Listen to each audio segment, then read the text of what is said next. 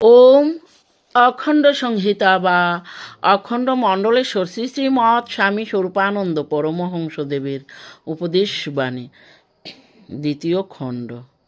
গার্হস্থ পবিত্রতা। গার্হস্থ পবিত্রতার কথা উঠতেই প্রশ্নকর্তা জিজ্ঞাসা করিলেন, গার্হস্থ পবিত্রতা বলতে আপনি কি সন্তান জনন বর্জন বুঝাচ্ছেন? শ্রী শ্রী বাবামুনি: তা কেন বুঝাবো? গৃহীর ঘরে সন্তানই যদি না জন্মায় তবে ভবিষ্যৎ যুগের বুদ্ধ, শঙ্কর, নানক কি মাটি ফুঁড়ে বেরুবেন?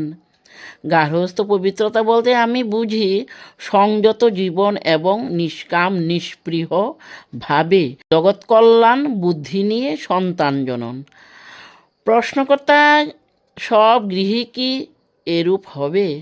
শ্রী শ্রী বাবামুনি: হবে না, কিন্তু প্রতি গ্রামে দুটি একটি করে আদর্শ গৃহী থাকলেই তাদের দৃষ্টান্তের প্রভাবে সমগ্র বাতাসটা পবিত্র হয়ে যাবে এবং যারা পূর্ণ সংযম লাভ করতে পারেনি তারা নিজেদের ত্রুটির জন্য মনে মনে লজ্জিত হবে আর তারই ফলে নিজেদেরও অজ্ঞাতসারে ধীরে ধীরে সংযমের পথে অগ্রসর হবে। হরি ওম।